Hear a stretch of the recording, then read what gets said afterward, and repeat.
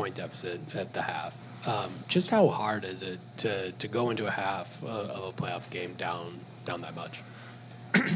Yeah, I mean, that's never a spot you want to be in, but we were also in a similar position early this year here, and, we fought back. So we knew we was just going to have to be one possession at a time. We're going to have to really lock in, put together stops, and continue to trust offensively so that we can get our pace going, we can get into the paint, make plays, make shots. And we did some good things in that second half, but we got to continue to learn and build off that. Obviously, you guys are able to do that in the second half. I think in the first half, one thing that when they get downhill, all of a sudden it's cuts. It's not just guys like standing still. How do you guys maybe handle that a little bit better or deal with that a little bit better as a defense? Just contain the ball, lots of communication, and be early in our help to get out so that we're not, scrambling around. They're not, drive, kick, swing, drive again, because that's how, they play really well. And they can get shots that way. So just contain the ball better, communicate better.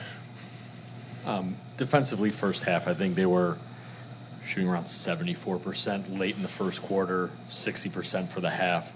I realize sometimes guys are going to make shots, but just what wasn't working, I guess, defensively as a group through those first 24 minutes?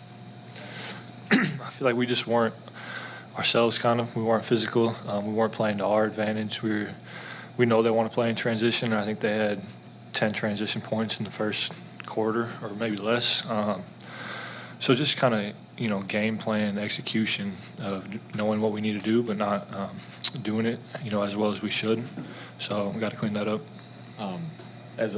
As one of the spacers on the team, beneficiary of Giannis's passing, he had 1 assist, which is rare.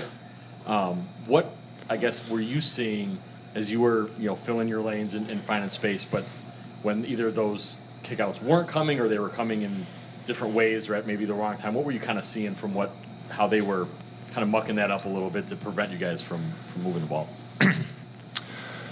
Yeah, I mean, there's a lot of shots out there to be had if we continue to move the ball and play together. I mean, Giannis getting downhill is never a bad option, regardless of if he passes or not, because he's going to get a bucket or, get fouled. So we want him to continue to be himself, and us as shooters continue to find space. And we know, throughout the whole season, he's had triple-double after triple-double. He's going to find us 4 shots. So continue to just trust and do it together, communicate together out there, what we see, what's open. As far as the communication piece, mentally, what's the bounce back look like from this game as far as communication amongst your teammates? Just learning from it, man. It's in a series, we know we can go into it and win 4 straight, but that's also hard to do. So we learn from this one and put it behind us and get ready for the next one because we know we're a lot better team. We can play a lot better. So just learn from it. Siakam ends the night with 25 points, but he's 10 of 15 from the field.